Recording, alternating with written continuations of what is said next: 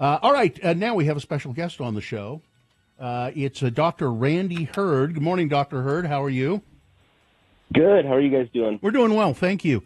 Dr. Hurd is an associate professor at Weber State University, and he's been trying to develop and has developed, he thinks, a better way for men to pee. Doctor, well, the best way for men to pee is to sit down, but this is close. Didn't say now that's what Bill was speculating. I started doing that a few years ago because I'd have to get up in the dark and go to the bathroom.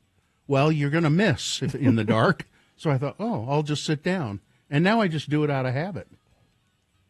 Yep, it doesn't get any better than that. Yeah, there you go. Now you're an associate professor of. You're not an associate professor of urinals.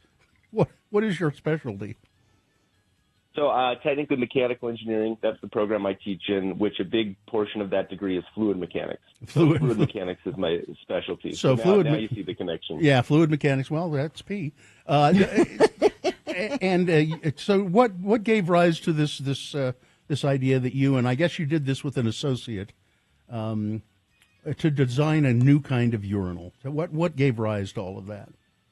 Yeah, we were at a conference several years ago, and we really got a lot out of it, and we were thinking about how we would explain it to our friends and family, and we realized that basically everything we learned at the conference was unexplainable. You know, you almost needed a whole degree to even have an entry point. Mm-hmm. And so we thought, it'd be really great if there was some stuff going on in this field that people felt like connected with them.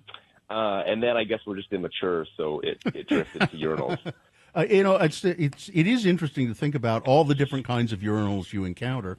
And now we're leaving a whole segment of the audience out of this because, I don't know, have either of you been in a men's restroom to see a urinal? Yes. You have? Okay. I won't ask the circumstance. I won't ask what the circumstances I don't know one female that has not gone into a boys' restroom just to see what it looks like. Mm-hmm. And there are all kinds of urinals. Are there any, before you came along, Dr. Hurd, are there any that are sort of acceptable? Yeah, there definitely are some decent designs out there. I think a lot of things are designed kind of with gut feel, and that works okay. But, we took a little more scientific approach, and so ours would definitely work better. But there are some that don't give you unideal angles, and thus the splattering is a little bit less likely. I mean, where do you stand on the trough urine, where everybody just... Well, everybody stands at the trough urine. Everybody stands... I stand where everyone else does. Yeah. I mean, they have one of those in Wrigley Field. That was one of the first times I encountered that. I was at Wrigley, shuffled in there, and man, in terms of efficiency, those are incredible. That line was moving. Yeah. But no, you're getting other people's pee on you when you use that. Yeah, that's that true. one. Yeah. So and then what about the floor? What about the floor length one? They have those at Costco, and they had years ago that was kind of very common to have the floor length urinal. There's also splashing there, I would guess. Yeah, because people tend to end low, and so the droplets are more formed, and you get kind of a more undesirable splashing event. Yeah, so those are not great. So how is your urinal different? So one thing we noticed early on is that the angle. So one thing I guess you have to know is a stream turns into droplets relatively quickly. It might not be observable, but it's droplets, and so we studied these droplets impacting flat surfaces, and we found if the angle is low, the splatter will go away below a certain angle.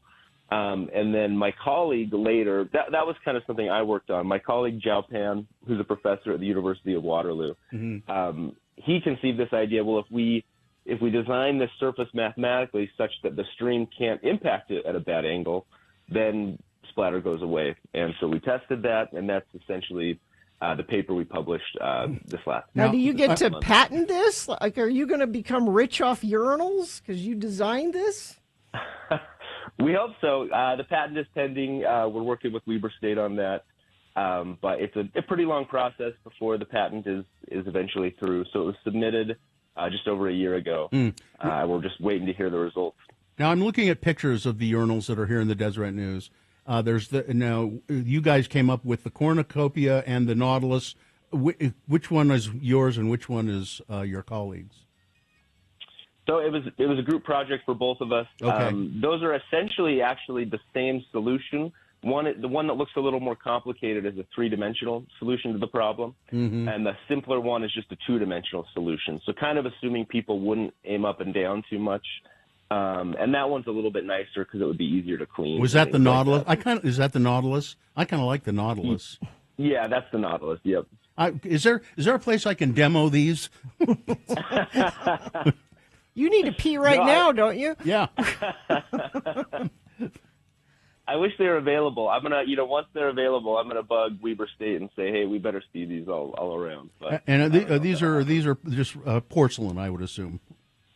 Yep, they would be made out of materials that traditional urinals would be made out of. I want to give Meg Walter some credit here because Bill mentioned this was in the Deseret News, but she did a story about this. That's how I found it. How did she find you, Dr. Hurd?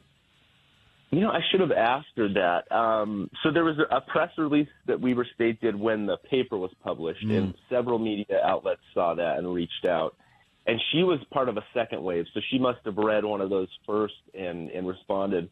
But Meg's article is by far the best. I mean, she's very witty, and the approach she took at it I thought was perfect. So I'm so glad she covered it. Well, I think the approach that we're going to start taking toward a urinal is going to be revolutionized by these designs that you and your colleague have come up with. Bill might decide to stand up to pee again. Maybe you might have got Bill to stand up again. I mean, I still do it when the situation requires it.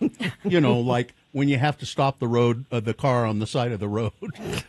that sort of thing. But well, Dr. Hurd, this is just an incredible invention. You put the "we" in Weber State. That needs to be on. When this patent goes through, we need those T-shirts made for sure. Yeah, I would love to have that endure. Thanks for taking some time to talk to us, and we'll post a link to this if we haven't already to this article that Meg Walter did, so they can see the two urinals that you guys designed. Juxtaposed with the kind of ordinary inferior designs. I like that word. Yeah. Well, no, thanks so much. It's been a pleasure to be on, and have a great day. Thank you. Thank you, Dr. Hurd.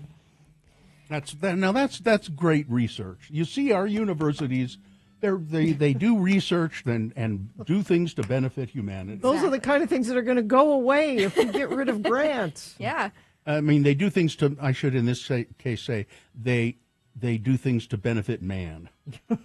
Yeah, this doesn't help women at all. No, not too much. But yeah, no, Katie's right. I think all women at one time or another, just because they're out curious. Of curiosity. Yeah. And we're horrified. And you walk in there, you go, oh, gross, and then you walk out because then you immediately feel dirty. Have you ever, Katie, accidentally walked in a men's room, like you didn't see the sign and you? Yes, wholeheartedly saw a guy there and I went, ooh, wrong one. I've been. I think it was at the state fairgrounds. Oh. And during the state fair, and the bathrooms get very crowded. Yeah. At the state fair, and for women it's difficult. The line, and so bad. So I was in there in the men's room, standing at a urinal, and it was full. Mm-hmm. A man at every urinal, and all of a sudden we hear this female voice saying, "Hey guys, I'm coming in.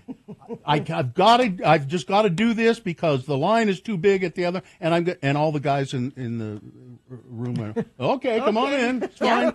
I'm sure. Yeah.